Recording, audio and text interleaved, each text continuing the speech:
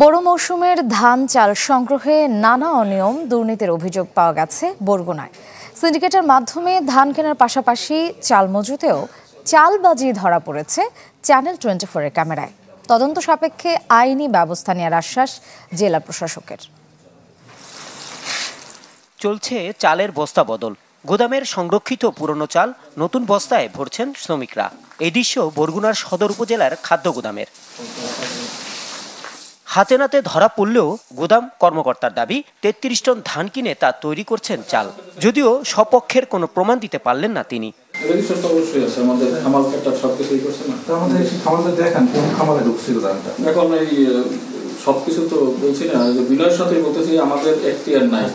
অনিয়মের কথা অস্বীকার করে নিয়ম অনুযায়ী ধান চাল সংগ্রহ হয়েছে বলে দাবি উপজেলা খাদ্য কর্মকর্তার। বিকল্প কোনো সুযোগ নাই, ফরিয়া অথবা ওসিলিটি সাহেবের ব্যক্তিগত কোনো স্বার্থ হাসিল করার কোনো সুযোগ নাই। আপনারা আরও যাচাই করবেন, হয়তো কেউ না বুঝেও তথ্য দিয়ে থাকতে পারে।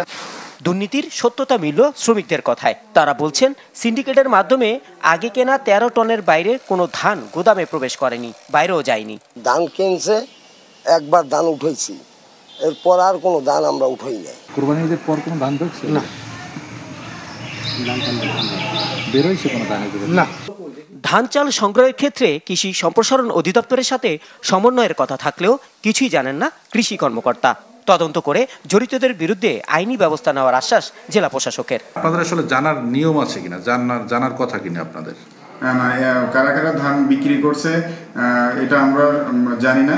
আমরা দেখছি, আমরা যদি কোনো অসঙ্গতি আমাদের নজরে আসে এবং এটা যদি সত্যি হয়, অবশ্যই তাদের বিরুদ্ধে যে ধরনের আইনগত ব্যবস্থা গ্রহণ করা দরকার আমরা আমাদের ঊর্ধ্বতন কর্তৃপক্ষকে জানিয়ে সেটার ব্যবস্থা করব। এবার উপজেলায় কৃষকের কাছ থেকে ৪৬ টন ধান ও ৩৫ টন চাল ক্রয়ের উদ্যোগ নেয় খাদ্য মন্ত্রণালয়। Desk report, channel 24।